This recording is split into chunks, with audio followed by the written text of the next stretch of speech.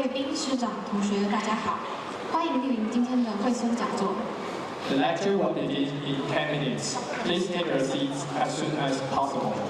讲座将于10分钟后开始，请各位尽速就座。To ensure the best experience for everyone, please keep your voice down and set your mobile phones to silent or vibrate mode.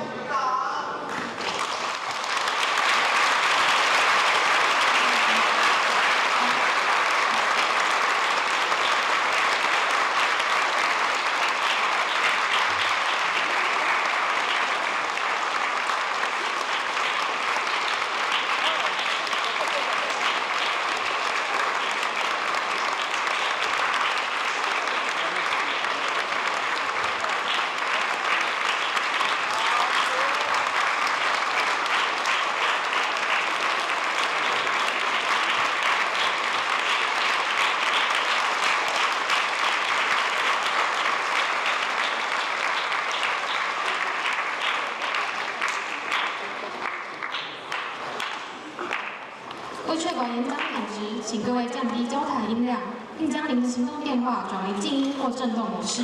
也请各位同学将桌上的物品收到桌下。感谢您的配合。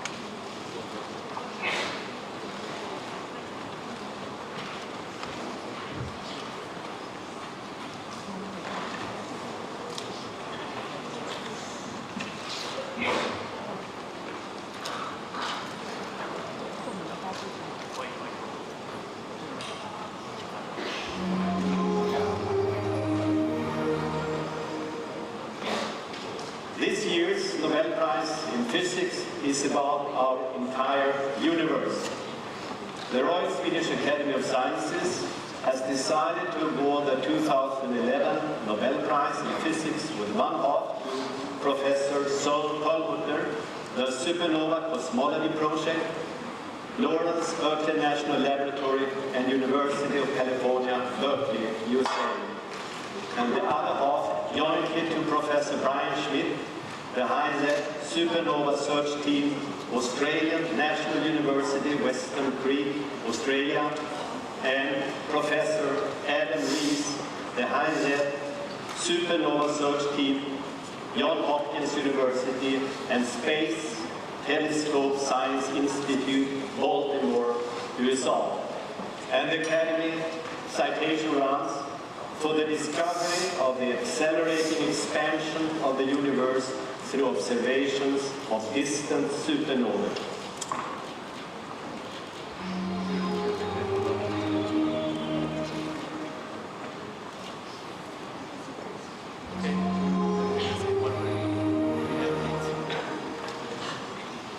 So you've described it before as the slowest our moment in history, perhaps. But you were coming to this realization that you were going to have a result which you were not expecting. How did you individually deal with it? Because the world welcomed it when it came out, but as you were analysing the data and beginning to see that this result, were you doubtful? Were you thinking this is not what we should be seeing? There's something wrong. I just thought it was wrong, but just it was going to be wrong for a simple, dumb reason. We were thinking math error or any sophisticated analyses that usually means above in a computer program, but that it would be wrong for that reason. And as it evolved, I started thinking maybe at least it's wrong for an interesting reason, something that we won't kick ourselves and say we should have known that. I'm pretty amazed that it's still to this day at face value of what I thought it was. Right. And I guess there's the other element, which is that there's a chain of analysis that we all have to do, and many steps in the chain you have to calibrate. And so in the very first phase of the measurement, when you first put the chain together, you often put the chain together and put the point in the plot just to make sure, to show that the chain all holds together and works. And then you have to go back and fix, and tune each of the different calibration steps along the way to make sure that there's, you've got all your I's dotted and your T's crossed. And so we also, in the very early stages, thought that as we started to put back in all the calibrations, the plots would home in to something a little more sensible. And of course, as we do those checks, it just homes in more not sensible. I think the flavor of our analysis was different, just in that I think we had our toolkit and we were going to take the data through that and see the answer at the end. And when we saw it, we were kind of stuck only with maybe we had made a mistake in a step. We have pre-calibrated everything. We had pre-calibrated. Really strong. Ching, like, ooh, that's awesome. Let's go to the restart. And what went wrong? So that was me. I just said, all right, we're this. And you should say that most of what a scientist does, I think, is look for your own mistakes. Right? That's not unusual. You're spending a lot of your time trying to figure out, is what I've done today correct? Is what I did last month correct? And sometimes this notion that, you get to ask the question, so what did you set out to prove? I don't think anyone set out to prove anything, in these things. We actually just don't have to make a measurement, and making measurements are hard. We were trying to prove, was the universe slowing down a little, or was it slowing down a lot? You had gone through the idea of testing this.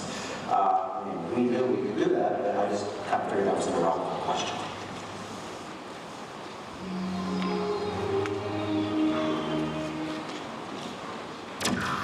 I'm here at the Nostromo Observatory to talk to one of this year's Nobel Prize winners for physics, Professor Brian Schmidt. Still feels kind of weird. I don't really feel like a Nobel Prize winner. I go and say, okay, got Heisenberg, got Einstein. Doesn't seem quite. Well, that's an extraordinary honor, so congratulations to you. So can you tell us why have you been awarded this prize? So in 1998, Adam Rees, who's one of the other co-recipients, and I, working with a team of 18 other people, discovered that the universal expansion, the cosmic expansion of the universe was speeding up. And that was the wrong direction. We had expected gravity to cause the universe to slow down. And so the fact that the universe was speeding up meant that gravity was not working as we had expected. And we think that's because about 73% of the universe is something we call dark energy, something we didn't know existed before, and that causes gravity to push rather than pull. Does it actually cause gravity to change? Well, it means that we always think that gravity always pulls, but according to Einstein, the way gravity works really depends on the material itself. And energy tied to space, gravity pushes, it doesn't pull. So do we have any sort of hints as to what this energy in space could be? Well, Einstein said it might just be energy that's just there, but it would be nice to have a better explanation of that. And honestly, no, we do not have any hints of what it might be. So why is this result so remarkable? Why are people so excited about it? You know, it's big. When you discover 73% of it.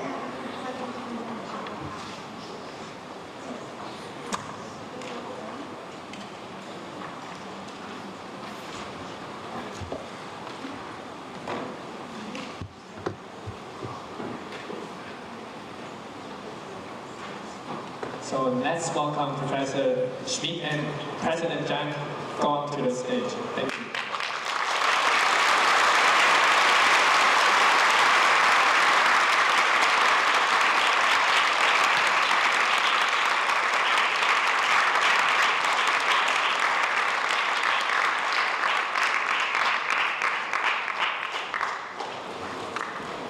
Good afternoon, ladies and gentlemen. It is my great today's Master of Ceremonies, and welcome to the Haitian Lectures. 各位贵宾、各位师长及同学，大家好！很荣幸担任今日活动的司仪，并诚挚地欢迎各位莅临本次的汇酸讲座。Before we begin, please allow me to introduce our distinguished guest today. 在讲座开始之前，请容我向各位介绍今日人位的贵宾，也请各位给予热情的掌声回应。First, the 2011 Nobel Laureate in Physics, Professor Brian Schmidt. 首先介绍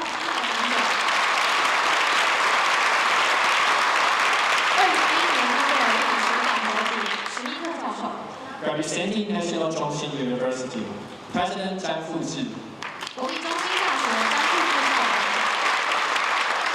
The Chairman of the International Peace Foundation, Mr. Nobel Laureate. 国际和平基金会诺贝尔经主席。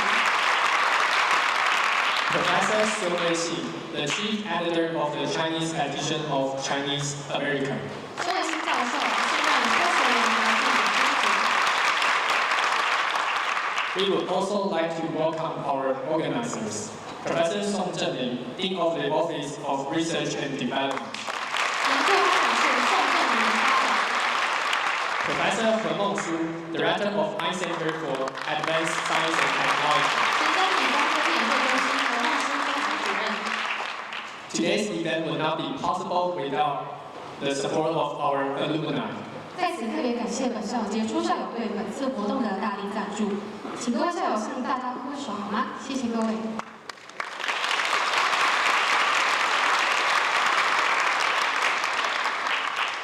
To formally introduce today's lecture, please join me in welcoming President Zhang for the opening remarks. 接下来就各位的掌声，我们邀请校长为讲座进行引言。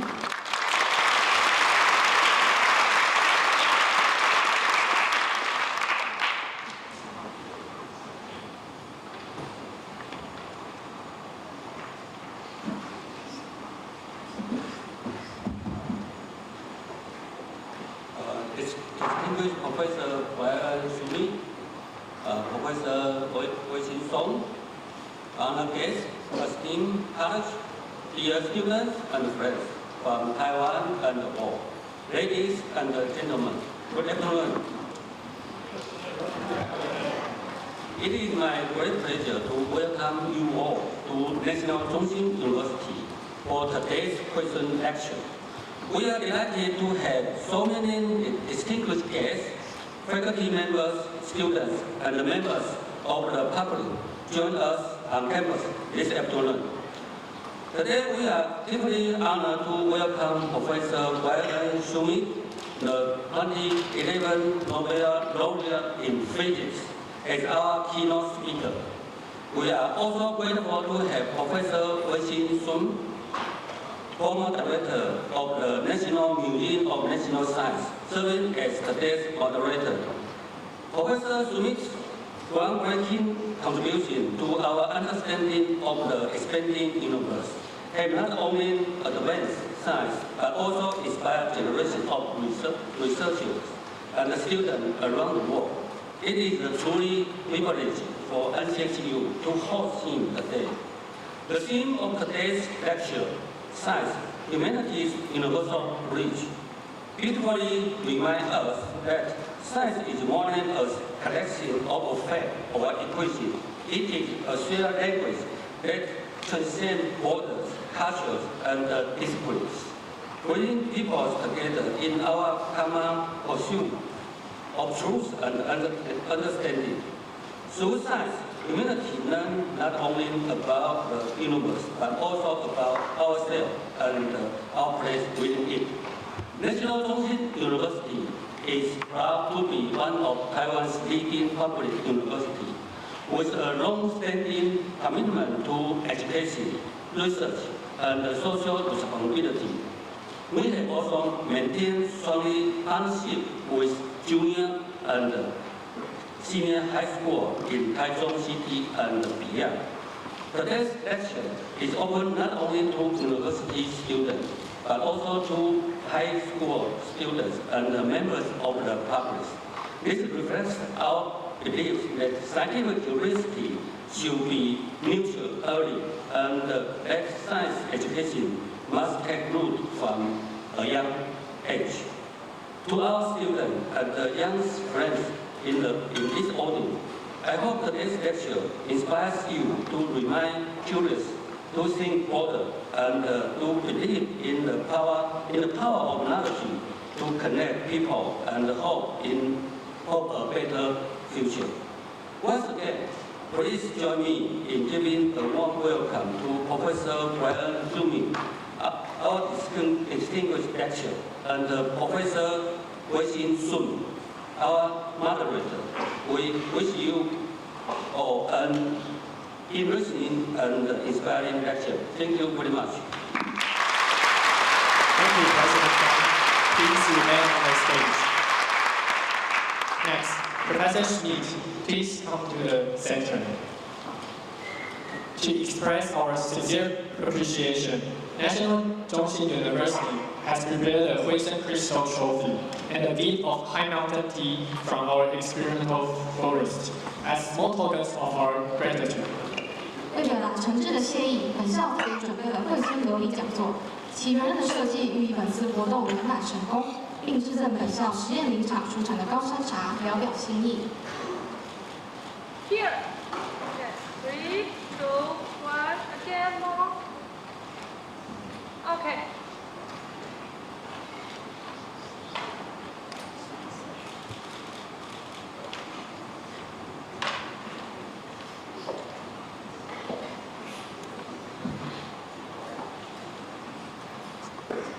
Here, 3, 2, 1, again. Thank you, President Chang and Professor Schmidt.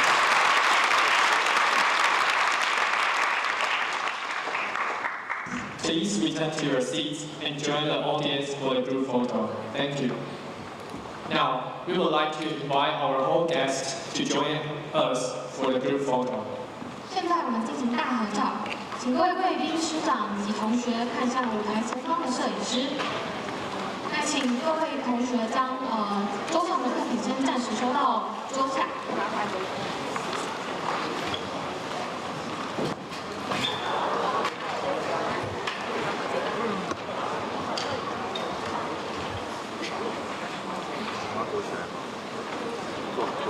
同学，现在我们第一张照片我们先不用拿好，我们待会儿会再提醒各位，谢谢。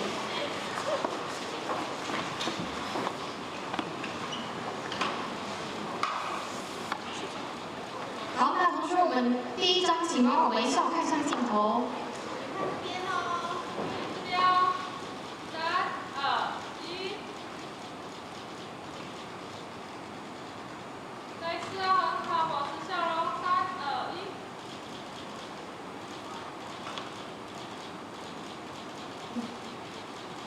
好，那接下来第二张，请同学帮我把桌面前的海报举起来，我们一起合照。Next photo. 好，同学要记住，不要遮到自己的脸哦。3, 2, 1, cheese. Okay,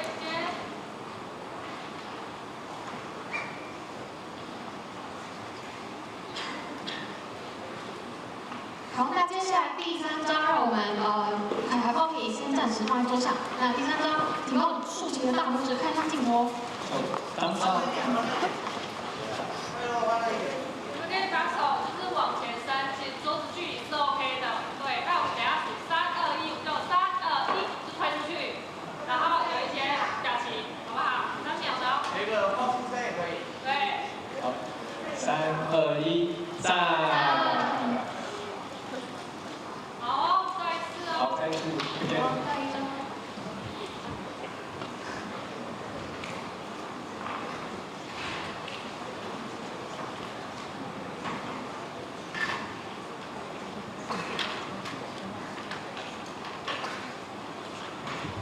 好嘞，3、2、1，是哦。 3, 2, 1，赞。好。中兴大学。好，那我们再喊，一起喊中兴大学赞，对吧？好，赞，好，3, 2, 1，中兴大学赞。OK, thank you.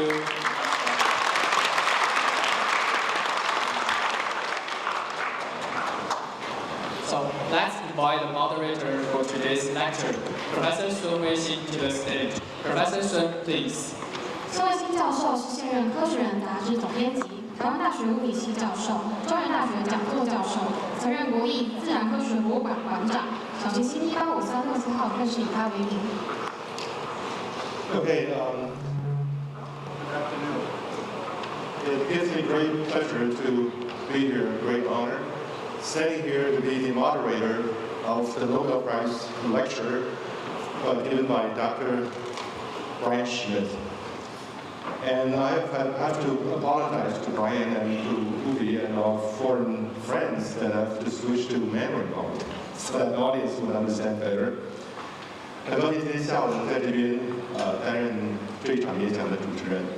那我跟 Brian 也很早就有缘结识，2019年在他获奖之前，就曾经来到了我们的科博馆，也中日纪念堂，当时做了一个展览，全球第6年的展览，很高兴的时候认识他们。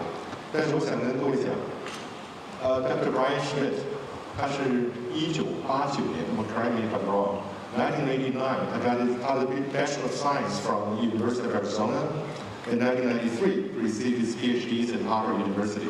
哈佛大学的 PhD 1993年，他比我还小10岁，但你可以想象到他研究非常杰出啊。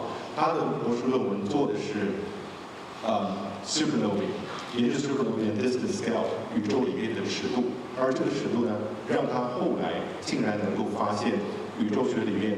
我们的宇宙膨胀跟我们原来想的完全不一样。我需要跟大家讲，在我们念大学的时候，宇宙学是一个笑话。当你问大家那个年代的人说：“哎，宇宙几岁？年纪多大？”当时的宇宙学家会回答说：“我们有很清楚的答案，100亿年加减50亿年。”你就知道这是一个非常糟糕的数字。但更有趣的是，宇宙当时就知道在膨胀，哈勃告诉我们在膨胀啊，但膨胀结果是继续膨胀呢，还是持续收缩呢？回到萎缩呢，还是会持续膨胀临界密度呢？宇宙学家说了，如果临界膨胀是0，持续膨胀是正1，往回收缩是-1，那经过我们多年研究的结果，答案是0加减1。所以可以知道，宇宙学在当时是被其他学科笑话的。但是 cosmology has become a precision astronomy, precision science, science with precision。你知道为什么吗？我们那个年代还会有宇宙学家的笑话，说有3个人死了以后上天堂，结果圣彼得把门开了一个小缝，说里面人太多了，只能进来1个人。怎么决定谁的实验最古老，谁就能够进来？第一个人说一定就是我啦，我是个外科医生。当年在伊甸园里面跑来跑去的亚当夏娃。夏娃是亚当的肋骨做的，这件事一定要通过外科手术。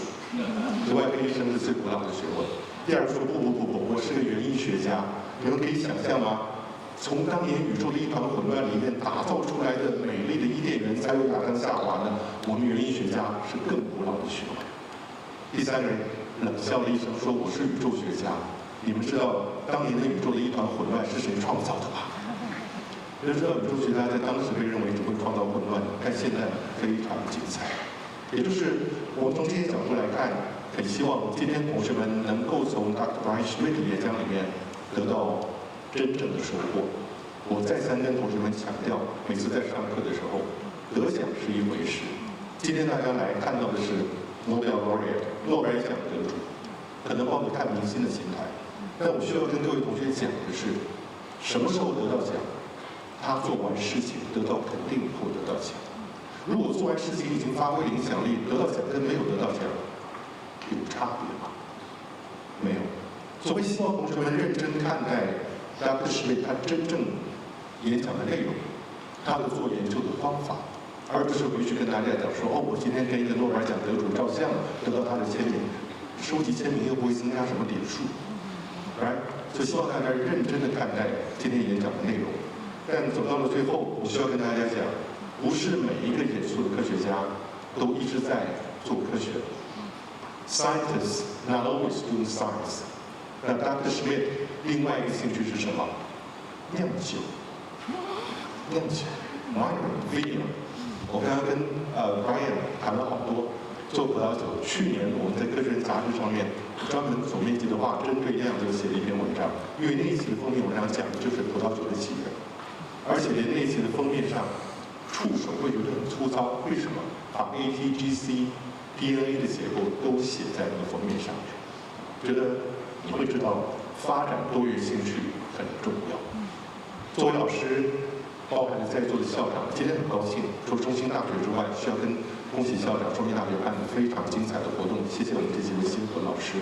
也高兴碰到科博馆的同事，也很高兴至少我刚才碰到台中一中的校长跟武附国中的校长。同志们，我希望你们在参加这个活动的时候，心存感恩。这些老师们、校长安排这个活动的目的，就是希望拓展学生的视野，所以希望同学们能够从这个讲演里面得到收获。最后呢，跟大家讲一句话是什么？是希望同学们8个字：仰观星空，脚踏实地。Stargazing is important, but standing on the solid ground is even more. 踩在实地上面，好好的认真把自己的功课学业做好。那待会儿我们在进行演讲的时候，那我如果觉得Dr. Schmidt讲的内容稍微复杂难懂一点，我就会摇摇手，那停下来会做一点简单的中文补充，好吧？那我想现在我就讲到这个地方为止，要不然我就把它时间都用完了。Yes, please join me in this welcome Dr. Schmidt for his own talk.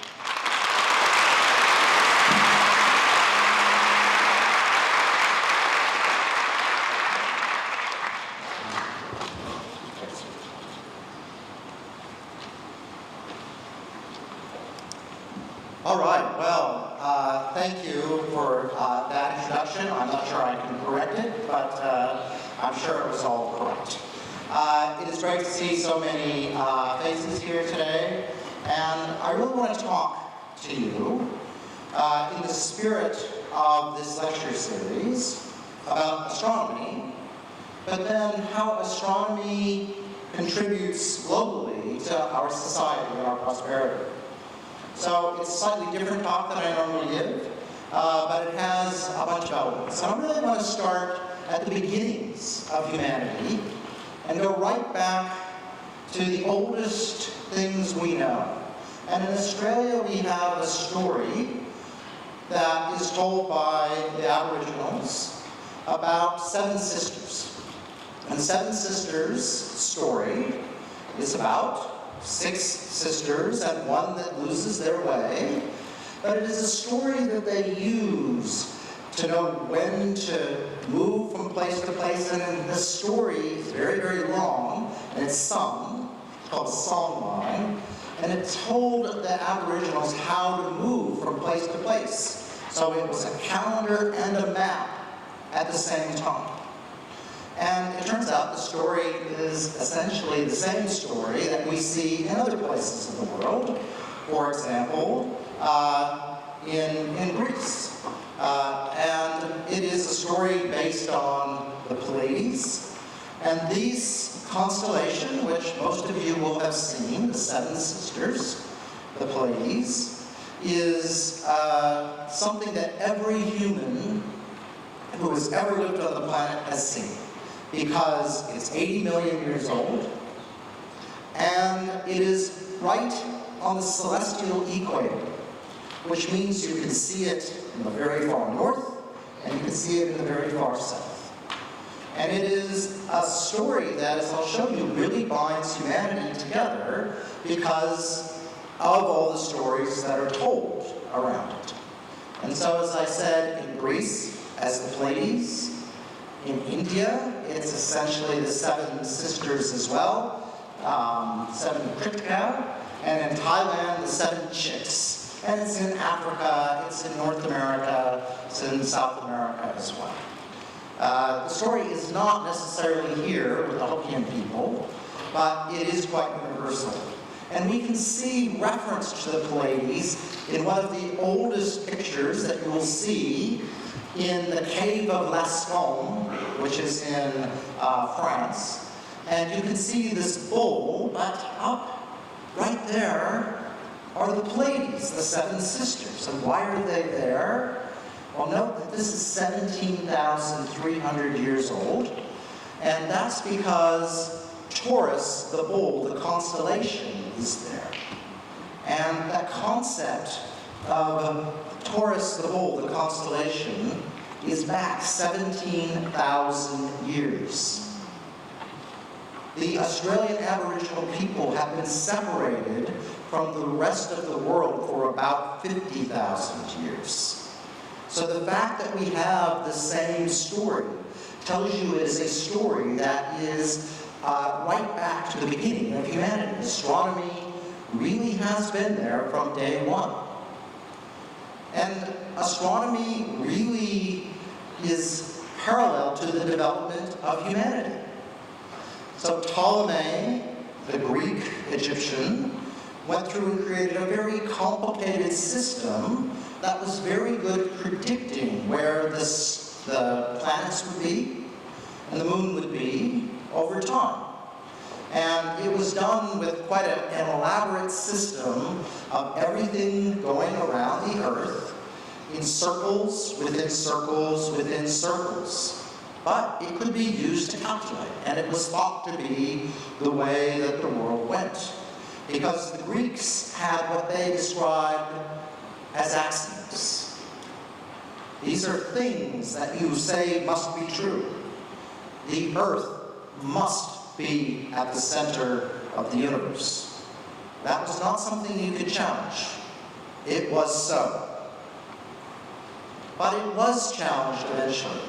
And it was challenged by Copernicus, who went through and could go through and make a much simpler model, which still had everything going on circles, but with the sun at the center. And he said, I think this is a simpler way to do what Ptolemy could do.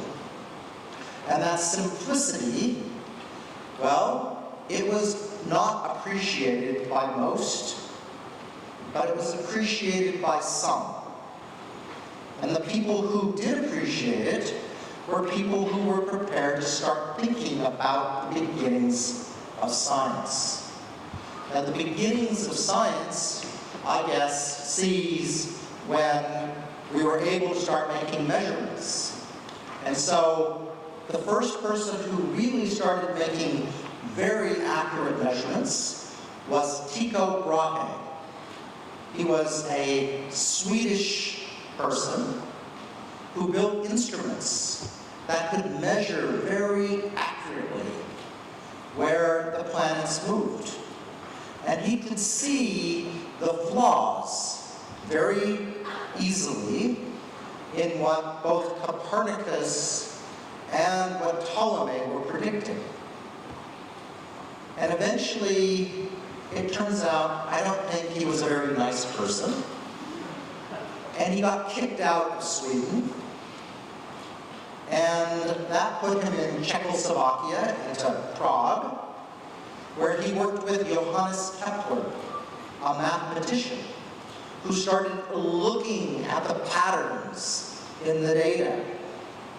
And he was able to realize through the beginnings of geometry that planets actually traveled in ellipses and obeyed laws. Now, there was almost no one who believed this, but a few people did. One of them, it turns out, was someone we will all know, Galileo. And Galileo helped create a telescope that could look at the planets. And when he looked at a planet, it ended up looking like this. This is about what Jupiter would have looked like to Galileo. It had moons. And those moons went around Jupiter. They clearly did not go to around the Earth. And just to make his point clear, he made telescopes and he gave them to the leaders, including to the Pope. But they were not ready for this. He could show them Venus. Venus, it turns out, has phases. And it is exactly what you expect. If the sun is at the center and Venus goes behind the sun and in front of the sun. It has phases like the moon. So the world was not yet ready for Galileo, and Galileo was therefore locked away in a villa in Arcetri near Florence in Italy, 80 acres, lots of grapes. He made lots of wine. This was sort of a mansion, but it was still a prison to Galileo. But he had invented the first beginnings of the scientific method, where you compare an idea and what it predicts compared to what you actually see. And Newton followed up very soon after with a mathematical way of describing Kepler's observations and Galileo's observations that we still teach you today. Newton's laws of gravity. Of course, technology developed too. Herschel built a giant telescope in 1781, and he, not long after, discovered a new body, Uranus, that was moving across the sky, a planet. And when they applied Newton's laws to it, something funny. Uranus moved not quite as Newton predicted. So what was wrong? Was Newton wrong? Well, that could have been the answer. But it turns out that Leverrier in Paris went through and said, I don't need Newton to be wrong. I just need another planet. That planet, Neptune, was predicted based on Newton's laws of where it should be. And in a time when Germany and France were not very happy with each other, it was a time of almost war. In Berlin, Galilei went through and discovered the new planet as the French Leverrier predicted. Newton's laws were vindicated. They predicted something that we did not know to be there. And that is why science is so important. It turns out Mercury's orbit also was a little wrong. And Leverrier predicted a new planet, Vulcan, a planet inside of Mercury. But no one was ever able to discover it. And we know it's not there now. And the problem was actually Newton's theory. Einstein, in 1907, had a remarkable thought. It happened apocryphally when Einstein saw someone fall off a building. Now, normally you and I would say, I'm going to call an ambulance. Einstein thought, I think that person must be a weightlessness. I think their acceleration will directly counteract gravity. And I think that must always be true. That is, you cannot tell if you're in a rocket going 9.8 meters per second squared faster, accelerating, or sitting in a box on Earth, accelerated by 9.8 meters per second squared. They are equivalent. A small little thought, but one that took him 8 years to understand. And in the end, he predicted that space would be curved, and that you could go through and see that in an eclipse. And I just showed you Arthur Eddington in England, who did that experiment in 1919, telling the world that through the observations of an eclipse and looking at the stars before, or the stars during the eclipse, when space would be curved by the sun, and then afterwards, when the sun was no longer there, and seeing that space was curved, just like Einstein's theory predicted, and not like what Newton's theory predicted. And Einstein's theory predicted Mercury's orbit as well. So that is another way to change things. You predict something, and when it's not right, you have to understand why the science is wrong.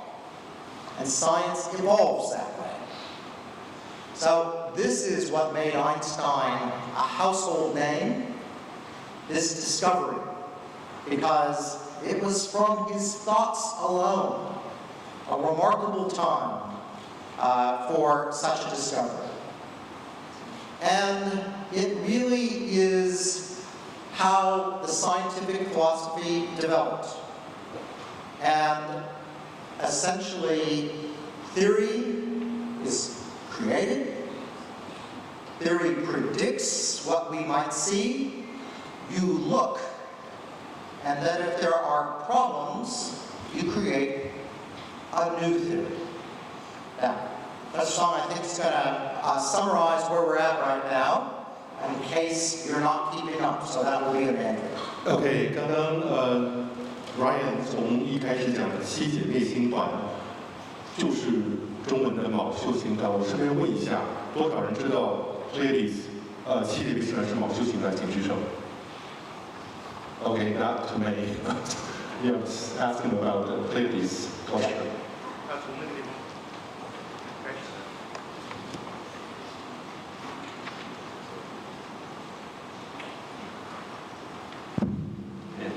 从那地方开始，他就讲到了科学发展的过程。最早是托勒密，地心说的托勒密到哥白尼，然后再到丹麦天文学家第五，一路过来到克卜勒，他的学徒克卜勒，那一直到了后面的伽利略，伽利略做出非常重要的望远镜的观测，然后一直到牛顿，再到爱因斯坦。当然讲的很重要的事情是，爱因斯坦呢，1907年看到有一个人从屋顶掉下来，其他人看到就去叫救护车了。 但爱因斯坦看到很高兴，说终于知道加速度跟重力的关系。1907年他说了生命中最快乐的点子，但这个故事不是真实的，希望大家不要相信爱因斯坦那么残忍啊。但是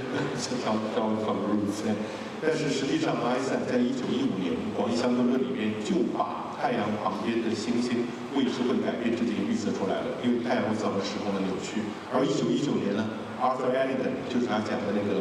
英国天文学家去做日食观测，还真的得到这样的结果，让爱因斯坦变成了一个举世闻名的物理的大神。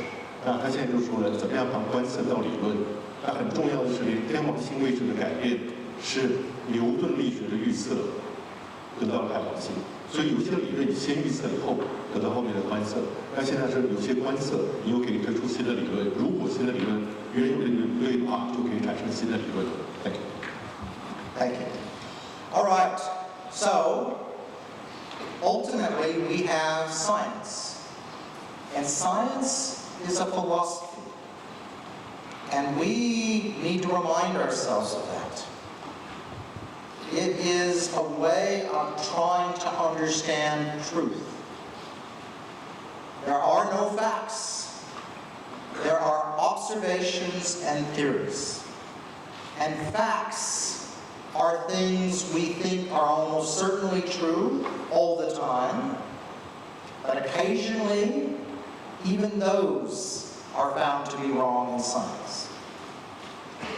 Science makes predictions of observations we can make, and to the extent that we can predict what we see, we think we understand what's going on.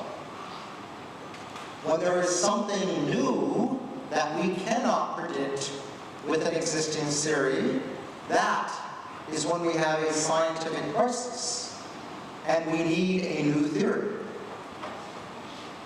Oftentimes, the new and the old theory predict many things the same, just like Newton's laws predict most of gravity here on Earth. But they are not everything. And so the scientific process is very useful because it predicts things even if we change our view over time. That's the science philosophy. So now let's go to cosmology. Cosmology started with observations. In 1916, 1917, Vesto Slipher measured velocities to nearby galaxies and discovered they were all moving away from us. And he could do this by looking at what he thought was their Doppler shift. An object that emits waves, light is a wave, then the waves get scrunched when the object's coming towards you, stretch when it's moving away from you. So you can see if an object is moving away from you, if the light is moved redward. Slipher saw that almost every galaxy he measured had its light moved redward. Now, another thing you can do is you can measure distances. And Edwin Hubble, who had access to the largest telescope on the planet, a 100-inch telescope you can still see outside of Pasadena, went through and measured distances. And to measure distances, you look at how bright things appear. And the further away something is, the fainter it appears. So by looking at how bright a galaxy's stars are, if the stars are faint, the galaxy is further away. And that's what Edwin Hubble did in 1929. Here's the data he published in 1929, and it shows Vesto Melvin Slipher measurement of velocity from Doppler shift, and his measure of distance. So a galaxy that has nearby, so its stars are bright, is here. One that has faint stars, so it's a long ways away, is here. And you can see the further away something is, the faster it appears to be moving from us. And from that, Hubble told us the universe is expanding. And why would he say that? Well, here's a cartoon. Here's the universe that I'm going to expand. So I've expanded the universe. And I want to overlay before and after and see what we see. Well, when you do that, you can see that nearby objects, well, they've moved a little bit. And distant objects, they moved a lot. And so, hopefully, yes, they moved a lot. So, that is what Hubble saw. Nearby things have a low velocity. So when I've gone before and after, things that have moved a little bit, if I'm measuring their velocity, it's low. Things that have moved a lot, they have a high velocity. They have moved a lot. And so what Hubble saw is more or less what you see if the universe is expanding. And I might hand over to you to get us through that. 刚刚Brian 讲到了速度跟距离的关系，哈勃是怎么样发现宇宙在膨胀的？他假设每一个星系里面最亮的星亮度都差不多，所以如果这个星在那个星系里看起来很亮，你就知道它是比较近的；那个星看起来很暗，就知道它比较远的。哈勃得到了这个距离。而多伯的效应大家知道吗？就是一个波源在运动的时候释放出来的波，它如果接近你的时候，那声音会变高，就像救护车；离开你的时候，救护车声音会变低。光也是一样，接近你的时候光变蓝，光会往南位移，然后离开你的时候呢，光谱就往红端移动。所以你既然你又能够找到速度，又能够估计出来的距离，哈勃就把距离跟速度画在同一张图上面，发现我们的宇宙。所有的宇宙星系的都离开我们而去，几乎所有的近的速度比较慢，远的速度比较快。刚讲是讲到这个地方。All right. So, I want you to think about a universe that's expanding. Let's put it backwards. If we put the universe in reverse, then in the past, things will be closer and closer and closer until at some point everything is on top of everything else. the Big Bang. The Big Bang is a natural thing to expect if you live in a universe that is expanding. And to be clear, we don't know what the Big Bang was. We know long, long ago, before there were stars and galaxies, something happened. And the universe started expanding in all directions, and we see the expansion to this day. We call it the Big Bang. But we don't actually know what the Big Bang was. We only know what happened after the Big Bang. So people always want to ask me, what happened before the Big Bang? I don't know. I really don't know.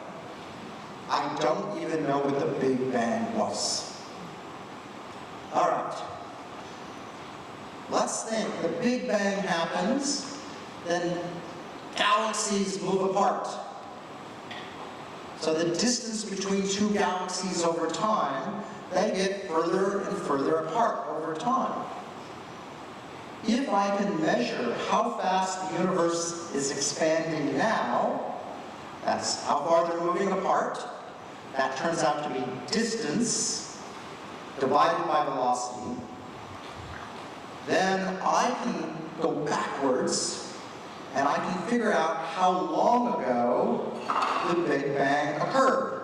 I'm measuring the slope of that line, if you know what that means. So, how do I come into this? Just to show you that I'm a normal kid like many of you, this is me with my dad when I was 5. I grew up in Montana and Alaska. Here I am with 15, and I am with my telescope. But my telescope, it's summer in Alaska, the sun never sets. So I'm near Mount McKinley, and I'm using it to photograph moose and sheep, wild sheep.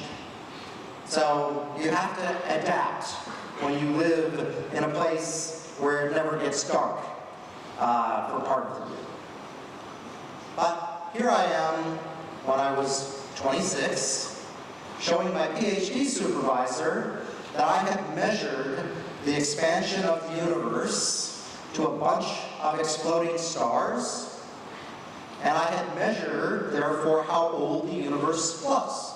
So this is 1993. And the answer I got was that the universe is roughly 14 billion years old. That is, I measured the distance to a bunch of galaxies, and I measured the velocity to a bunch of galaxies, and I divided them, and I could calculate then when the universe started. Now, it turns out we have many people have made this measurement at the same time, and that's about the correct answer. So my PhD thesis remains intact. I have not made a mistake. Now, Einstein's theory of general relativity tells us that the universe is a little more complicated. It can have gravity. And if it has gravity, the universe will slow down because gravity will attract everything.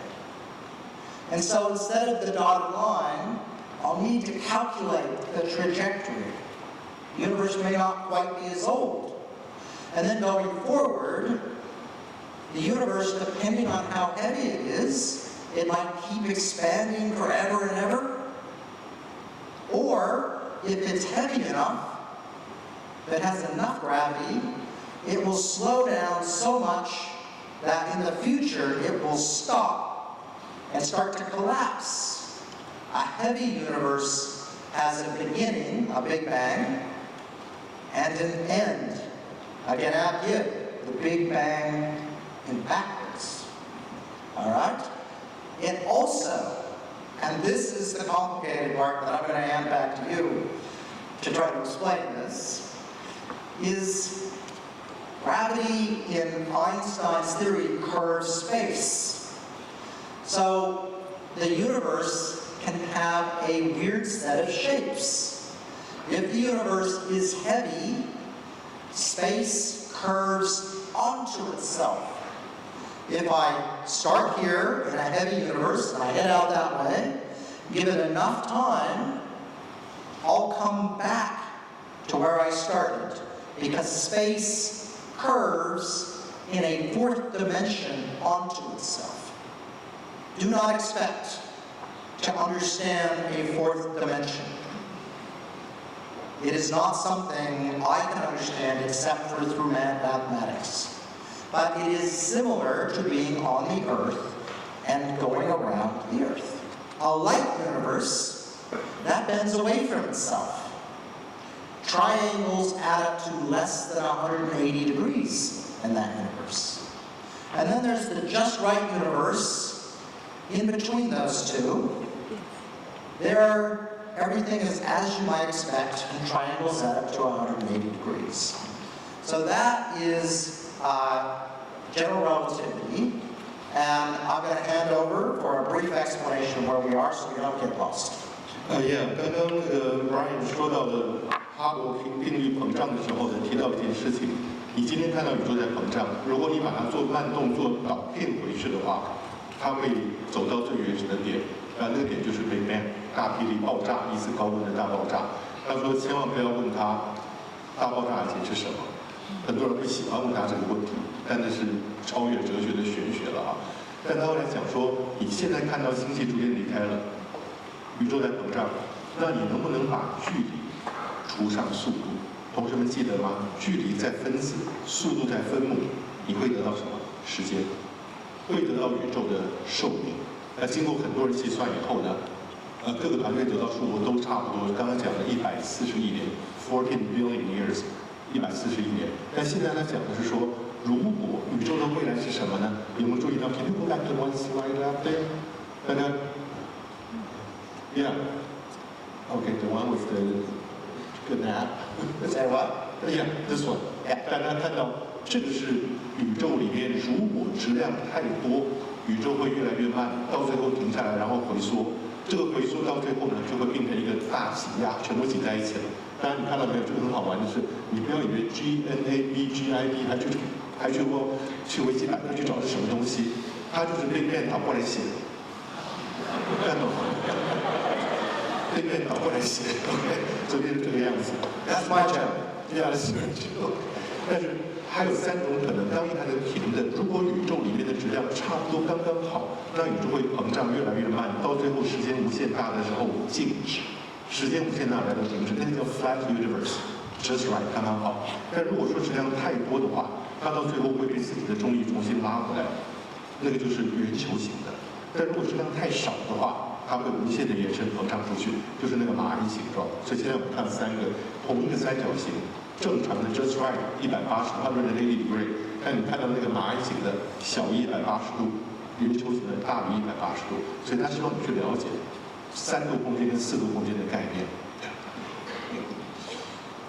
So, understanding the universe happened during a time when the world was at conflict, during World War I. Einstein came up with the theory and immediately shared the theory with the world, and De Sitter, who was in the Netherlands, started finding solutions during the middle of the war, shared that with Eddington in the United Kingdom, also on the other side of the war, who went out after the war and confirmed Einstein being correct.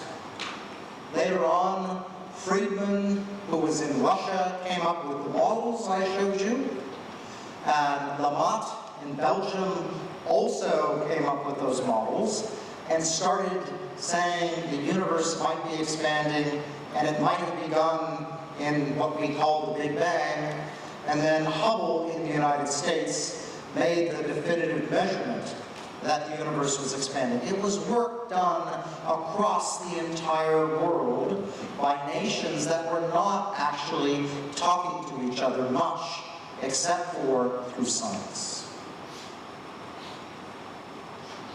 So astronomy, I'll go back. Astronomy has been building these bridges for a long time. Stonehenge is a giant monument to astronomy, and the Giza pyramids are lesser so, but both were huge places. Thank you. Both were huge places at about the same time, 3,500 years before 0 AD. And if you go through and look more recently, astronomy, for better or worse, was why Captain Cook came and claimed Australia for England. He was sent there to do an eclipse, and taking possession of Australia was sort of a secondary mission. In the Cold War, and these are people I know, or most of them are dead now, but I knew them, Russian and American atomic scientists worked on astronomy together. They got to know and understand each other, even though they were working on nuclear weapons separately. In 1963, an Australian astronomer, Christensen, went to China to help them make a radio telescope, and went there many, many years. He was the only Western scientist allowed to do that, and that was how Australia opened up relationships, diplomatic, with China. We see the space station a place where the Russians and Americans continue to work together. And the James Webb Space Telescope is something that 52 nations are using, and may I say, including many astronomers here in Taiwan. It continues to be a global exercise, which is great. Now, for me, my global exercise was to understand if we could make a measurement predicted by Einstein, which is how the universe changes speed over time. And if the universe is not changing speed at all, then if I measure how fast the universe is going back in time, it won't change. That means the universe is empty. It has no gravity at all. On the other hand, if the universe is just right, then it will go on a trajectory of that dotted line, and if it slows down faster than that line, the universe is heavy and finite, it's closed, and if it's slower than that dotted line, well, then the universe is light, and triangles add up to less than 180 degrees, and the universe goes on forever and ever. I want to stop there before we get the concepts in place. 他现在讲的就是说他的工作，刚刚前面两章其实蛮重要的。大家有没有看到那个？大家看到那个英文 building bridges， 他说天文学家、科学家努力的建造桥梁。什么桥梁呢？就是我们一般大众通往宇宙的桥梁。而那个桥梁是有好多国家科学家共同打造的。早期你可以看得到，即使在冷战上或者 even before that， 大家在美俄两国在核子战争上面互相争胜的时候，科学家还是互相合作去发展天文。更不用说最近这些年，你可以看得到，韦伯望远镜啊、太空站啊，大家都在合作。来到他自己的工作，他就讲到这个那个粉红色那条线，就是宇宙里面如果没有任何物质，不会有重力会把影响那个膨胀的过程呢，就是一条红色的线。但如果是底下，大家注意到那个 x 轴的右边是 long ago 是以前，左边是现在。如果说宇宙里面有很多物质啊，它会在慢慢让那个膨胀的速度减慢，重力就会干这个事，对不对？它会回到那个速度。所以你知道，如果宇宙里面的物质过多，它的那个膨胀速度会慢慢减慢的。OK。So, we could do this experiment of looking back in time because of work my colleagues in Chile did. It was a group of astronomers there who learned how to use exploding stars to measure distances much more accurately than ever before. And these objects explode with a force of 5 billion times our sun, and then they fade away into oblivion. But they're very rare. So there's only a few that we've ever seen in our own galaxy. And the high redshift supernova team in 1996 is shown here, most of us, not all of us. And we were a team that used people from the US, from Chile, from Australia, and from Europe. At the same time, another team based at Berkeley was trying to do the same thing. I don't have a picture quite that late, but they had people from the US, Europe, and the UK. And so we were both working on this problem with big international teams. And these objects we were trying to use, as I said, are very rare. So in 1006, the brightest celestial phenomenon ever witnessed in modern human times was this explosion, captured by Chinese astronomers, but also by an abbey in Switzerland and by people in Persia. Indeed, it's been seen in more than 20 places, recorded in 20 places. Incredibly bright, and one of only 3 such objects seen in our galaxy in the last 1,000 years. So the other ones, 1572, seen by none other than Tycho Brahe himself, and then the supernova of 1604, observed by Kepler and Galileo. How lucky were they? All right, so our job was to find these things, and we were able to use new technology that astronomers helped develop, digital cameras. I think we all know digital cameras. As I'll explain, those are one of the things astronomy has helped develop for you. But we had early versions of them. And the idea was to find a needle in a haystack.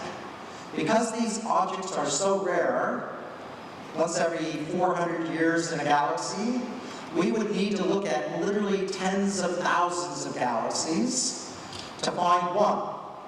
And with these digital cameras on the largest telescopes, we were finally in 1994 able to find these things in the distant universe. And here's one. And the way we find this is by taking 2 images, a before and an after. And you can see here's the after and the before. And then I had to basically write the software that had to go through and find those needles in a haystack. Software that would be easy to write now, but was very difficult to write in 1994. You'll be glad to know it had a 2-layer neural network, which is a very rudimentary form of AI, but what was the cutting edge in 1994. So, I'm going to show you a movie, and this movie takes you to one of our observing runs in Chile. Nick Sunseth, who helped found the team with me, is there. And we have to take data and make sure it's all right, because we only get 6 nights per year. And that's one of the largest amounts of time anyone gets anywhere in the world on these telescopes. So there we are, making sure the data is fine, and then my computer programs looking for objects, but most of the neural networks are human. No artificial intelligence here, just humans sifting through the data, saying, is that real or is it junk? And we have to go fast because we have to get a spectrum. We have to go through and figure out the velocity of the object and make sure it's really a supernova. And there we go to Hawaii, to the largest telescope on the planet, the Keck telescope at the time, still the largest telescope on the planet. Adam Rees and Alex Filipinko there, taking the data there. So that is what our experiment looked like, and I'm going to show you the data. After 3.5 hard years, our data looked like this on the diagram that we previously explained. So each supernova is a dot with a bar, that's the uncertainty. And you can see the distant objects are above the line on average, not below it. On average, when you take them, the universe was expanding slower in the past and had sped up. Those distant objects were not where we expected them. We expected them to be below the line. So gravity was causing the universe to speed up, not to slow down. Go back to the one with Chinese. I just want to tell them about supernova. 大家看到刚刚前面 okay, but it's not on the screen, strange. It's there, but it's not up there. But yeah, 这怎么样能够上到屏幕上面去？对，它已经上了这个地方了。I'm trying. 再回去，再往回走，再往回走，再往回走，再往回走。OK， 大家看到这个。 现在开始讲到超新星的重要性。从它博士论文它开始做超新星，超新星就是一个恒星到了晚期，它受不了，核心已经没有办法产生热量，它就爆炸。那你可以看得到，他们讲的1066，SN 就是 supernova 超新星1066，这是景德3年，看得到吗？宋真宗北宋真宗景德3年爆炸。各位同学，你可以看一下，状如半月，like an moon， 有芒角，惶惶然可以见物，什么意思？晚上超新星可以看得到东西，可以照亮。 可以知道超新星爆炸是多不得了的事情，这是1066，再来1054还有一个中国超新星，刚刚讲到的1572、1572跟1604，前面是第5看到的，1604是克普勒看到的，这几个超新星你可以看几百年一次，为什么？因为银河里面能看到超新星，每400年大家看到一次，所以他们需要用 digital camera 数位相机去拍摄几万个星系，希望在里面会看到超新星。 当时呢，他们就肉眼看，今天拍一张，下礼拜拍一张，两个对剪一下，如果出来一个亮点，这就是超新星。而这个超新星是可以告诉你距离的。有机会同学们可以自己看一下超新星怎么样知道距离。但是我继续往下头讲好了。但他们的 data， 他们 data 是 really is quite different。这是他们的 data 告诉你什么？宇宙现在膨胀的速度比以前要来得快。就是这个。 OK， 大家现在看到，注意到底下的1% 跟60%，什么意思？最左边是现在，最右边是以前，然后呢，上面是慢，底下是快，所以以前右上角呢是过去的速度慢，而现在的速度快。大家看懂这个图没有？所以没有想到现在速度还更快。重力不是把它拉回来，他说这个重力反而是把宇宙推出去。 So here we are as a team, and Nobel Prizes are often given to individuals like me, but they're usually done by teams. And so I do want everyone to recognize that it's not just me, it was a team of many people who did the work that we won the Nobel Prize for. And I want to just say, why do we do this? So, do we just do it because it's there? Yes. Do we do it because of our curiosity, beauty, being human? And I think we also do it for that reason. Do we do it for national pride? Yes. But ultimately, the reason we spend so much money on it is because it's useful. So I want you to look at your iPhone. Well, you don't have to. You know it very well, because you on average spend 5 hours a day on it. On that phone, my field of esoteric science delivered Wi-Fi. So the Wi-Fi standard is based on Australian radio astronomers looking for evaporating black holes. The GPS is using high-precision atomic clocks that were miniaturized and helped for radio astronomy, and then float in space and use Einstein's theory of general relativity to give you the positions. The touch screen was developed at CERN, as was the World Wide Web. And the CMOS camera, already talked about, was developed for a mission to Jupiter. The iPhone is literally thousands upon thousands of different inventions. And so, to give you a sense of the inventions, someone has put together this amazing diagram of inventions, most of it just basic research that had nothing to do with the iPhone, back into time. That is how science works. It works by working together, sharing, and building on each other's discoveries. And it's useful. Almost everything that makes the world prosperous has come out of science of the last couple hundred years.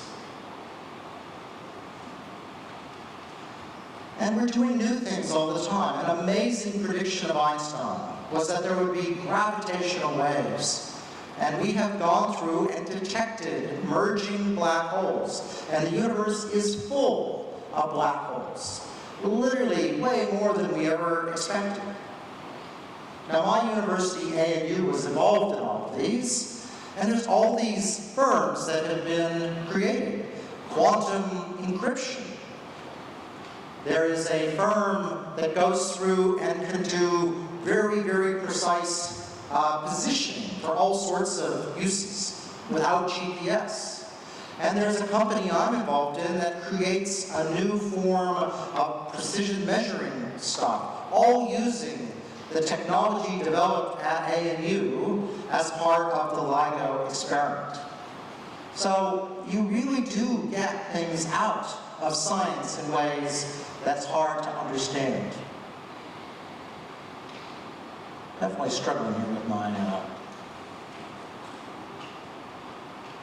things. So that's just that last one. If you look at my own PhDs and postdocs, well, many have become astronomers, but many have become science teachers. They've become public servants, business executives. They've started their own companies.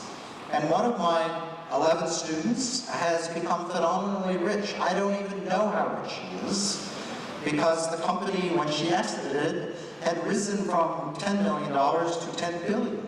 So I'm thinking she's doing okay. She buys me dinner now when I see her, right? So you just don't know what is going to come. So I want to finish up just thinking, what am I doing? So I've been the leader of a university, and I have come back to astronomy, and I have seen that my discovery, there's been so much work done to it, and we're not sure what's happening. It might be that dark energy is a little different than the simplest way that Einstein described it. It might be changing over time. We don't know. If it is changing over time, then we don't really know what's going to happen in the future. It's hard to speculate, because we're predicting something and not quite getting the right answer. So let's see. People, literally thousands of people, are working all over the world to try to understand this. And I'm working a bit on the supernovae. But the thing I'm really excited about is a new piece of technology made possible by astronomy, creating technology that then allows us to do astronomy. And this is a telescope, it's a set of telescopes around the world, led by John Honorary, who was on the Nobel Prize winning team, one of the smartest people I know at the University of Hawaii. And what it does is it takes a picture of the sky every night 1,000,000 times brighter than what you could see with your eye. And so each night these array of telescopes could go through and see every part of the sky. And so why would we do this? Well, NASA pays for it to detect Earth-crashing asteroids. So in 2013, some of you probably don't remember this happened. A 9,000-ton asteroid crashed into Russia, releasing 25 Hiroshima nuclear bombs worth of energy. And 100 people were injured, no one died. A similar event also happened in Russia in 1908. And right now we know there's about a 2% chance each year that an event like this might happen. And we'd like to know about them rather than be surprised by them. So ATLAS is to go look for those things before they happen. And it's really good at this job. So 2024 YR, almost exactly a year and a little bit ago, ATLAS discovered an object that at one point had almost a 4% chance of crashing into the Earth in 2032. Now by observing it and made predictions, we eventually figured out it was going to miss the Earth. And if you look here on the side, here's an image taken with one of the largest telescopes on Earth, little arrow showing the object. You can measure the prediction, you can measure where this object's going to be to within roughly 10,000 kilometers in 2032. It's too faint to see now. And right now there is a 4% chance that it will hit the moon in 2032. Now that would be exciting. We're not sure, it would make a new crater, but it gets kind of exciting because if it just barely misses the moon, all sorts of crazy things can happen. Okay? But this is real, right? So this was very exciting, and I'm glad it's not going to hit the Earth. And you might say, okay, you know it's going to hit the Earth, then what do you do? Well, it turns out that like an object like this is 30 times bigger than that Russian one. You can ask, well, what can you do? Well, it turns out you can observe and make sure it's not going to hit anything.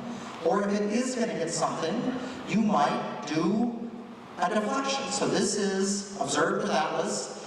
We sent a rocket and a big hunk of stuff into an asteroid, and you can see that you can really do damage with actually quite a small thing to an asteroid. You can deflect it. And if you get out and do it many years in advance, you can make it miss Earth. So that's one thing. The other thing you can do is when you know where it's going to land, you can prepare for tsunamis if it's going to hit the ocean, or you can evacuate if required. So it's something that kind of makes sense to do, and it turns out it's not that expensive. And it's something, though, everyone has to work on. It's not just one country doing this. It needs to be many. And we have a new telescope that's not one telescope, it's actually many telescopes you combine together. It turns out, in this case, amateur telescopes now are made from professional designs. And they're so good that we professionals can buy them and put them together, and you can make a big telescope by adding together a bunch of little ones. Something we were never able to do. It was too expensive in the past. But we can do it now. So right now, for $1 million, we can look at the entire sky every night to a depth that the largest telescope on the planet could reach in 1975. That's where technology has taken us. It's amazing. And this project has right now 5 telescopes scattered around the world, but you can note that there's a big part of the Earth that it doesn't cover, our part. And so it turns out if you're missing half the planet, you're going to miss a bunch of objects. So I'm working right now to start putting some more telescopes in this part of the planet. We need some in the north, we need some in the south, using this new technology. And I'm doing this because I do think it's important to know when something hits, but I also think it's exciting because Atlas does not just discover Earth-crashing asteroids. So I'm going to let you do a little bit, and then I'll finish up. Brian 就从科学的发展讲起。他说不要觉得这些科学都很遥远的，像你拿你的手机 GPS 啊什么的，都跟广义相对论都跟这些新发展的科学有关系啊。但是 Can we go back to that three Atlas? Yeah, 大家可以看得到，他说他现在想要做的是more back to the Atlas before this one。大家可以看得到，这个任务叫做 Atlas， 它在地面上刚开始是4个望远镜，后来现在变成5个，未来是希望7个到8个。为什么叫 Atlas？ 就是 asteroid 小行星，然后 terrible impact last Earth system，right？ 所以它小行星最后撞击最后警告系统，要撞击地球的小行星最后警告。所以看见 Atlas 不要觉得它是很友善的，这是小行星撞击地球的最后警告系统。那一开始呢是有4个地方，夏威夷有2个望远镜，然后南非有1个，澳洲有1个，现在把加纳利群岛加进去越来越多了。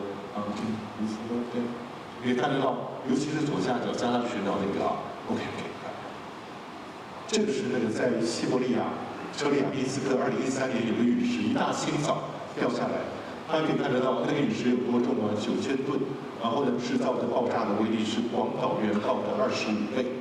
还好只有100多个人受伤，但是他说这就是有可能会发生的事情。We can go at 2024. Yeah, that's the这个东西，他说原来开始会以为它会撞地球的，2032年 2032年，现在讲2030年有可能会撞到月球。I don't know by 2032 is there China or US will have the lunar base on the moon? Okay, we'll see. 就是到2032年，那这个小行星呢，很可能会撞到月球，它会有非常近的距离，大概1万公里吧，从地球旁边擦身而过，地球也不过12800公里，很少这么近的小行星。2032年，各位在你们记事历上记下来啊，那时候要把钱花掉，可以看得到那个小行星在这边移动，这个很不容易的。然后我们想做什么呢？然后要测量它的 trajectory， 这个很重要。this is Star Mission 飞镖任务，这是美国 NASA 做的一个任务啊，小行星直接去撞烧小行星里面那个小的行星，让它的周期改变，而且相当 quite successful， 非常成功的。这是哈勃望远镜拍的，它爆炸那一刹那，撞上那一刹那，成功的把它的周期速度改变了。所以以后万一小行星不长对着地球过来，人类就知道怎么样对付它了。早点碰到它，只要比较差一点点，它就会 miss the Earth， 从地球旁边擦身而过。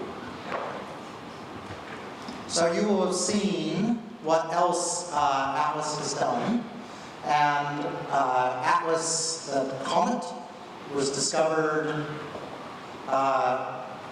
and that was one of the brightest comets seen recently. And most recently, you may have heard of another discovery, this one, which is known as Atlas 3I, an interstellar asteroid that's come from beyond our solar system, only the 3rd one we've ever managed to see. And it's created quite a stir because people have been worried about it being alien. It's not alien, it's just a rock from space. But it is kind of cool what we're able to discover now. And for me, it discovers every single nearby supernova in the sky. And there are a lot of them, and for me, it is an amazing way to make to do the physics of the objects I like. So those are all of the supernovae it's discovered in the last 7 years. And I make sure that I look at the bright ones every night, and I have a movie of every exploding star. It is a great resource. So, I want to finish now, and this is one of the deepest images ever taken of the night sky. It's the James Webb Space Telescope. This image is 1/6,000,000th of the sky. You need to take 6 million images to cover the sky. It has 45,000 galaxies, like the Milky Way, in it. And each one of those Milky Ways as about 1 trillion planets. And I think it is absolutely remarkable that here, on our little planet, a tiny little thing in this vast universe, that we are able to figure out how old the universe is, what the universe is made of, what the universe is going to probably do in the future, and ask questions of, is there life on other planets? We do that all by working for centuries together in astronomy. And it reminds me that it is simply amazing what humanity can do when we work together. And we have a lot of problems on this planet right now, but I do believe we are able to solve those problems, but, and this is the important but, only if we work together. Thank you very much.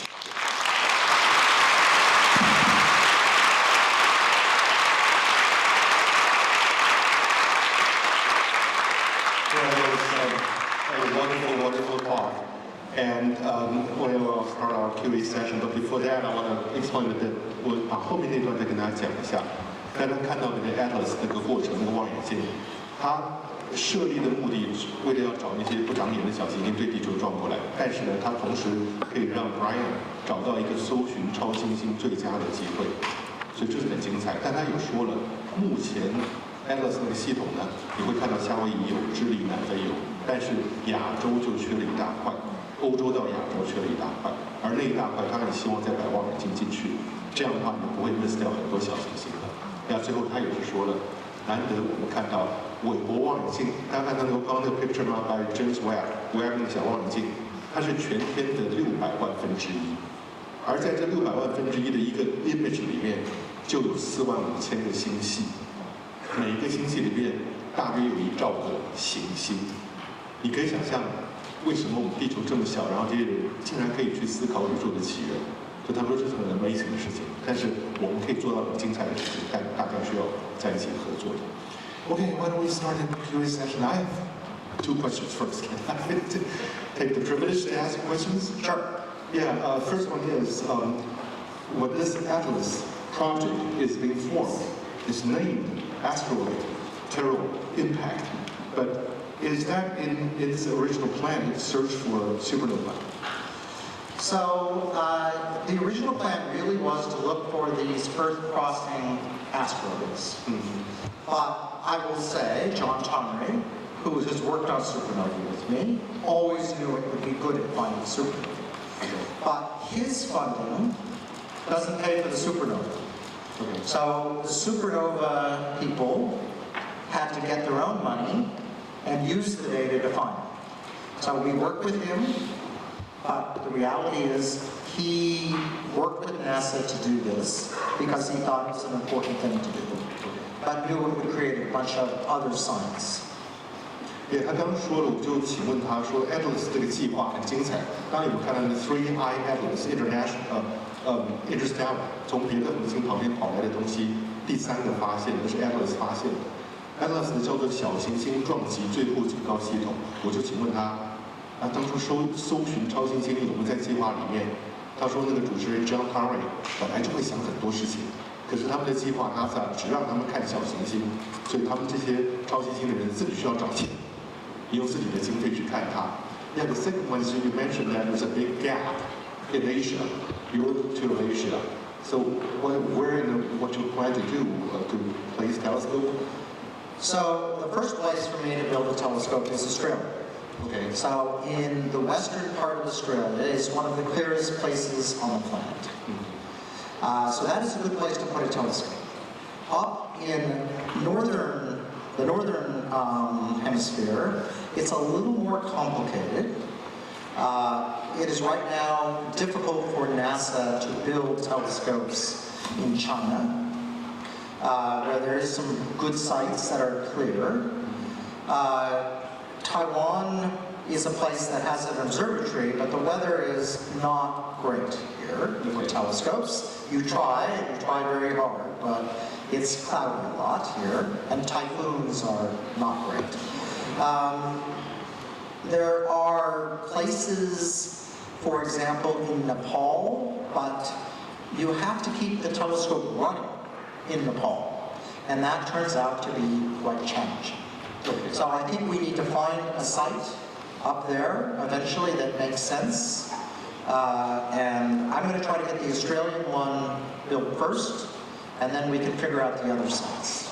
对，他刚刚讲了，我请问他说 ，Atlas 在亚洲这一块缺了很大的一个 gap， 因为你们很多时候出现的天体在这边没有时间看的话，会 miss 掉它。他说呢，第一个想法是在西澳，澳洲的西部那边很干净，也没有光害，天气也好。那中国大陆呢，美国跟中国搞不好，大家都知道的事情，比较困难。在你那边有好的 site， 以前我们在新疆跟西藏都会找到好的 site， 但是台湾好朋友，可是呢天气不好。 台湾天气不好，所以很多云啊。所以他最近会先把西澳的那个望远镜做出来。好，我们现在小本的有没有问题要请问到？好，后面那位先举手的，后面两位。OK， 有麦克风吗？有没有麦克风给他 ？Yeah, you have a microphone on the desk. Go ahead. Please just keep the question short. Yeah. Good afternoon, everyone. It's my privilege to join this talk right now. So first my question is, what is the most convincing evidence that the dark energy is increasing? It's not constant. Okay, that's a very topical question. So it turns out we have two very precise ways of measuring how dark energy might change over time. One is supernovae. So we literally have thousands upon thousands of supernovae. And just recently, there appears to be a deviation in distance divided by velocity, that measurement of expansion, about 4 or 5 billion years ago. So when we look back 4 billion years in the past, that's where it appears there might be a deviation. We have also developed a new way to measure distances that did not exist in 1998. This is by looking at galaxies.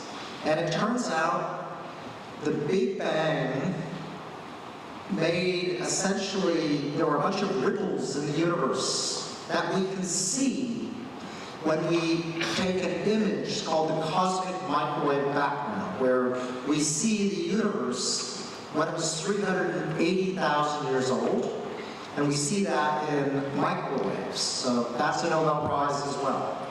And those ripples, it turns out, are imprinted in galaxies. And by looking at literally tens of millions of galaxies, we can see the ripples over time, and they have a scale, they have a size. So that's a ruler that I get to drag as I get closer and closer of essentially how big the universe is. And that also sees a very small deviation, roughly 4 billion years in the past.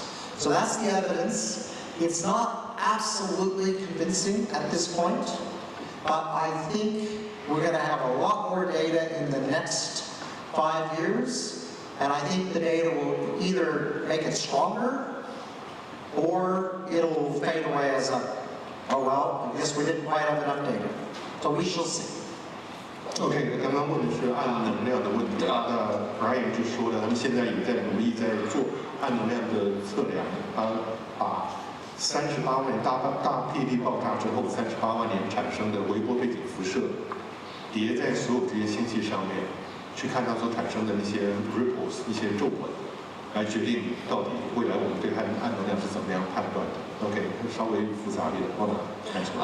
Thank you so much, sir. Sir, I have one more question. Sorry, I'm sorry. We'll move on. You have a question, you can ask me later. Shall we? Go ahead. Thank you. Yeah.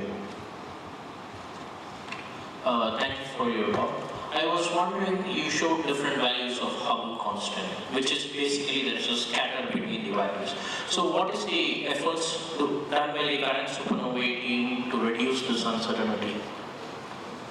So at some point in astronomy, you don't get to just move your lab into space. So you have to take what you have got. So we have taken more and more data. We have tried to apply new AI techniques. They don't work very well yet.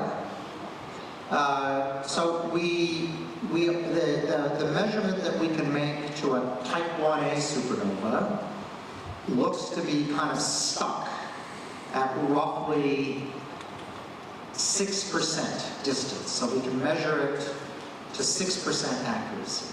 And the way we do better is by measuring thousands of them. So we get to look at it again and again.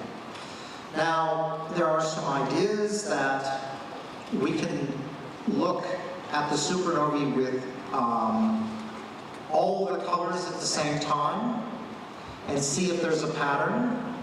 And Saul Perlmutter, who I won the Nobel Prize with, claims he can get the uncertainty down to about 4.5%. But I'm not sure we have all been able to see the data to believe it yet. So maybe that's one way. Another way that I'm working on is I'm using the other type of supernovae, the supernovae that explode from giant stars. These aren't as bright, but we understand them from first principles, and we think we can calculate how bright they are and measure their distances possibly to as good as 4% from physics alone. So those are some other ways to do it. But at some point, you're kind of stuck until someone comes up with some other brilliant idea, not yet imagined, about how to measure distances more accurately. That is hard, it turns out. Yeah， 他刚刚问的问题就是哈勃常数 Hubble constant， 他最后说大家选到最后的做出测量来可以得到70，那个数字是70，然后指向宇宙的年龄141年、138亿年。哈勃常数的导数就是宇宙的年龄，但是因为这个数字还在变化，距离的测量6%的误差，所以呢，不同的人、不同的团队做出来的年龄哈勃常数是不一样的。Yeah, that's why we had this making fun of Hubble constant. We call it Hubble variables. Well, and it's come back. I should say that right now when we measure the Hubble constant, we can measure it from the Big Bang this way, or we can measure it from the Earth outward. And the two ways don't agree. They disagree right now by about 8%. And that is another problem that we do not yet understand. And it's not absolutely sure that not everyone agrees that there's a problem yet, but I'm increasingly coming to the conclusion there is a problem. That's why I'm doing this new way of measuring distances again, because I think it's so important to understand. Yeah， 不同的团队去计算哈勃常数，一个是从宇宙最早期微波背景辐射往回推算，另外从地球看出去，另外一个团队这样做，结果两边得到的数值呢会有8% 的差别，让他觉得这不应该发生的，这是为什么他在找不同的方式重新去把距离定得更精准。Yeah, I remember the time when I was at UCLA, they said that the west coast of the United States use like 50 and the East Coast use like 100 through that period? Well, yes, they're like anything, when you have bad data, you tend to get bad measurements. Yeah. So the question is, are the discrepancies we see now bad data, or are they real? And I initially assumed it was bad data, but I'm beginning to believe that it may actually be a problem. But I still think we need to take more data before I'm sure. Yeah, 他刚刚讲到说，我们讲的哈勃常数后来被人家笑作哈勃变数，因为你从不同的方法得到不同的数值。他一开始觉得可能 data 很烂，数据不好，但现在发现可能里面有其他的问题，所以他真的需要好好的做计算距离的估算，那边有没有问题？好，那你要反身那个麦克风。都用英文问也可以，用中文台语问都可以。I Maybe data suggests that the dark energy may change over time. Could this be used to check or qualify this division? 你要讲中文吗？中文吗？怎么样？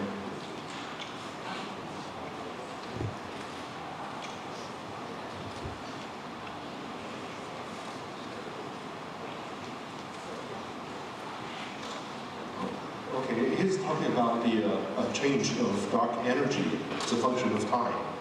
Do you want to briefly mention? Well, I've kind of covered it a bit, and to say, at this point, the data that we have shows something, but it's uncertain. So let's think about the asteroid crashing into the moon. Right now, it might crash into the moon, but we need to take more data to know for sure. I would say this is similar. The dark energy might be changing, but we need more data to be sure. I think that's where we're at right now. OK， 暗能量是可能会改变的，它占宇宙所有的职能70%、68%，但是呢，他说可能会随时间改变，目前还在继续研究当中。就像你看到那个小行星会撞到月球的几率可能是4%，但它也可能随时会调整。OK， 好，这个没问题。OK， 我们有没有同学 from the junior students? Anyone? May I ask a question? OK， go ahead. Hello, it's a great opportunity, Professor, to interact with you. So I have a very non-technical question. So my question is like, as you mentioned, and as a researcher, I also believe that science is a philosophy. So my question to you, after 14 years of your Nobel Award, that which philosophy you believe you should understood in your early career? Well, I wished I would have understood science better. So I'll be honest, the only philosophy that I spend much time about are ethics, which I think is a very personal journey, and science, which is about knowledge. So we don't actually teach this philosophy of science very well, and that causes us lots of problems where people think there is right and wrong, that the science tells you what to do. It doesn't work like that. So I really think everyone, whether or not they're a scientist or a non-scientist, need to understand the philosophy of science, so that if we have to make a vaccine recommendation, they understand why that recommendation may change over time, and understand in most of the time, the first recommendations were still reasonable, but not the best, which is what happened in COVID. Not that it's changed, so the first recommendations were bad. So it is really important for us to understand science, and I had to kind of figure it out over my career by thinking about it a lot. And I see a lot of mistakes made by scientists around the world, and even more mistakes made by non-scientists. So do you... Okay, hold on. Sorry, we'll just move on. 他刚刚讲的话是说，他问的是科学哲学的问题。那 Brian 强调的是，科学哲学到现在都没有好好的被教导。他特别重视伦理道德 ，ethics， 他特别重视伦理道德。但是很多人科学家会犯错，科学就是一个同学们认错的过程，因为你不断的发现你昨天的理论是错的，今天不断更正。科学家要学的是认错的态度，但是很多时候他说的科学家犯过很多错误，很多非科学家犯过更多的错误。好，我们看看有其他的问题。OK， 请问 ，Go ahead。Professor, thank you very much for such a fascinating talk. Because AI is advancing so fast, So my question is, the increasing use of AI and big data, do you think it will change the way you do research, or just like you described, the traditional cycle, theory, prediction, observation? And the second question is, do you, if possible, can you share your advice for the young generation? What skill and qualities do you think the most important for them to develop, to learn, to face the AI era? Thank you. Okay, so I do not think AI will change the scientific philosophy. I think it will inform scientists as a tool to help us do the philosophy. I could imagine that humans could give away our autonomy to AI, but why would we do that? Why would we let AI live our lives for us? I don't think that makes any sense in any universe that I live in, and I don't think we will do it. AI must be subservient to humans, and we must use it to ask and answer the questions we care about. Imagine a benign super AI. There is a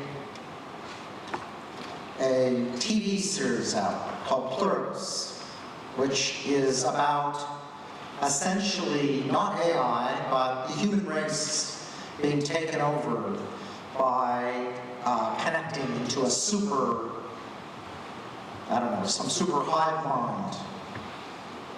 That's what AI, benign AI would be like. It just makes our lives, it takes over our lives. It decides what's best for us. I cannot see that as being good. I genuinely can't. So I think we always need to be there using it as a tool at our power. And there's an ethical consideration there, but that would be my sense. So what do I think people here need to know? They need to know how to be in charge of AI. You need to know a lot to get AI to work for you. And there's going to be a huge amount of change. And I can tell you there's three things that can happen. One, you can be someone who tells AI what to do in your job, and you will be superhuman. You can be someone who has a job that AI does, and so you don't have a job. Or you can have a job that you do more cheaply than AI can do, and I don't think you want that job. So, make sure you're in charge of AI. And it's evolving quickly, and I don't know what that means, but always think about it as you mastering it not telling you what to do. If you use it to answer your exam questions, that's not helping you master it. It's actually taking over you. So don't let it do that. Brian 刚刚讲到，你马上问到了 AI 在我们社会里扮演的角色。那 Brian 刚刚讲了很多关于 AI 的发展，可是呢，重要的是说，变成这三种人。第一种人，你可以告诉 AI 去做什么，你就是超级人类；第二种人是什么？你做的工作 AI 也能做，你就被淘汰了；第三种是什么？你做的工作还没有 AI 便宜，所以你也活不下去了。然后你要活到自己能够告诉 AI 做什么，是真的能够控制它。AI 的目的是要对人类提供服务，而不是把人类的主导权拿过去。Okay, well, one last question from myself is a lot of young generation students here, young people, they were driven to semiconductor or AI or probably quantum a bit. Do you want to advocate for astronomy and space exploration? So, I don't want to advocate for anything except for each of you want to be happy. And it is really difficult to know what your future happiness is going to be when you're young. So you want to give yourself options. And the way you have options is by learning to do things that are useful. And there's a lot of useful things to do. And the best way to learn those useful things is by studying and do something that interests you, that you like to do. So I went to become an astronomer, not because I thought I would be an astronomer. I was pretty sure that there were only 3,000 astronomers in the world at the time, and I was smart, but I wasn't one of the 3,000 smartest people in the world, right? So why would I be an astronomer? Because my view, incorrect, is that the 3,000 smartest people in the world do astronomy. No, that's not the way it works. There are people who do astronomy, and there are people who don't. Most people don't do astronomy. But by doing astronomy and being good at it, I learned physics, I learned engineering, I learned mathematics, I learned coding. I learned all these skills that if I lived here, I would be able to use to get a job up at TSOC or something else. And that's because I liked astronomy and I learned to get good at it. So you have to choose something that you can get good at. And when you get good at something, it's normally translatable, that skill. Whether you're a historian, or a chemist, or a literature person, if you get really good at that, there's always a place for that in society. So do something you're good at. Don't do something that you think's important that you hate. That's a disaster. That is not a way to get it. That's very touching. 他刚讲的是说，对学生们建议不一定说要哪一个半导体量子别人认为好的，找到你自己喜欢的东西，认真去做。要 good at， 你可以把它自己做到很好，还是要知道自己喜欢什么。不要说你去做别人需要你做、别人希望你做的事情，而你一辈子很痛苦。我觉得对我们在座的年轻人最好的。You want to take one more question from high school students? Yeah, where? Oh, high school student, which one? There you go. Yeah, you don't look high school. Good afternoon, Professor. I think we all know that you have studied about the universe for many years. So I want to ask you that has studying the universe changed the way you see life? Thank you. Yeah, it's studying the universe has made me have to think very much about humanity and how and why humanity works the way it does. Because on the face of it, studying the universe seems like something that is useless, that it is something we do as an extravagance.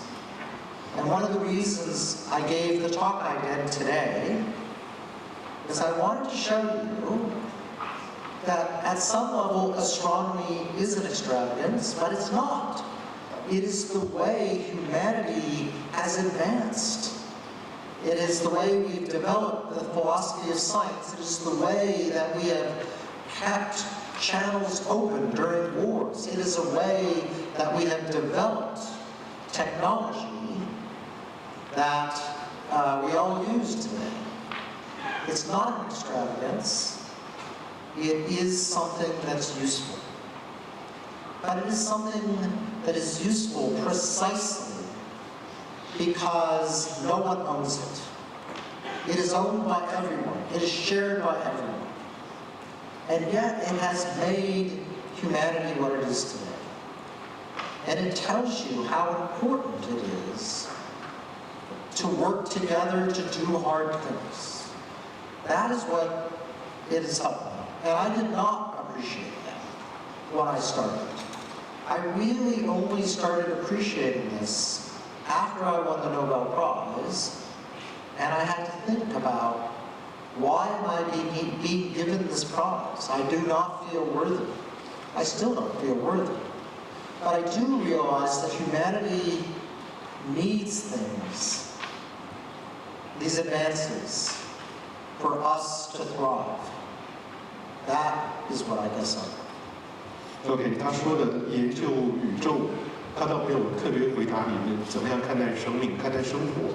他说了，研究宇宙会让他有一个不一样的看法，尤其在他得了诺贝尔奖之后，他觉得他并不应该得这个奖，或者他很多其他人都应该得，不见得那么得。但是呢，他看宇宙的方法就完全不一样了。而且他用的一个重要的词是什么？一个是 humanity， 人类对宇宙的追求，另外是 extravagance，extravagance 就是昂贵的奢侈。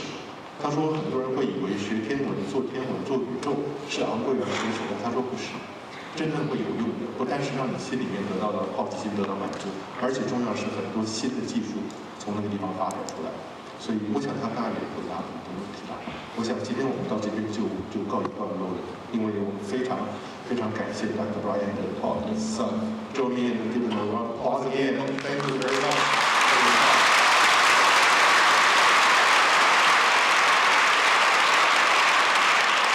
Thank you, Professor Schmidt and Professor Cheng. We also appreciate the participation of our faculty and students. 让我们再次以热烈的掌声感谢史密特教授精彩演讲。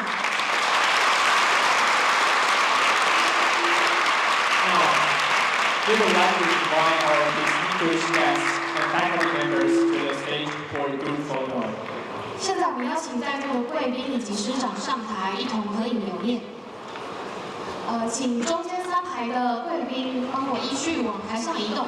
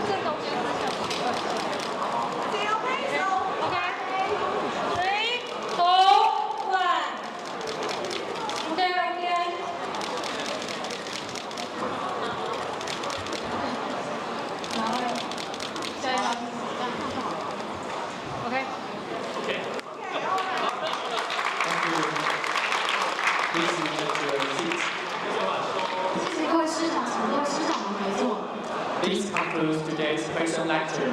We sincerely thank you for your participation. 今日的会讲座到此圆满结束，感谢大家热情的参与。We will take a 5-minute break. The main speaker session will begin at 4 p.m. 接下来出席5分钟，4点将开始签名合照环节。As you leave the venue, please remember to take all your personal belongings with you. Once again, thank you for joining us, and we wish you have a pleasant afternoon. 提醒您，离开会场时，请不要忘记带走您的随身物品。再次感谢各位的莅临，祝你有美好的一天。各位同学，如果你们要跟Brian Schmidt 照个相的话，请排队，请列队 ，OK？ 我们请光临国中先排队，然后接下来是向上国中，然后接下来是嘉义女中，所以请那个光临国中先移动过来，在舞台的面对舞台的右手边。光临国中这边，然后第2个是向上国中，第3个是嘉义女中。然后我先带人家开访问，最后访问，然后这样访问就差不多了。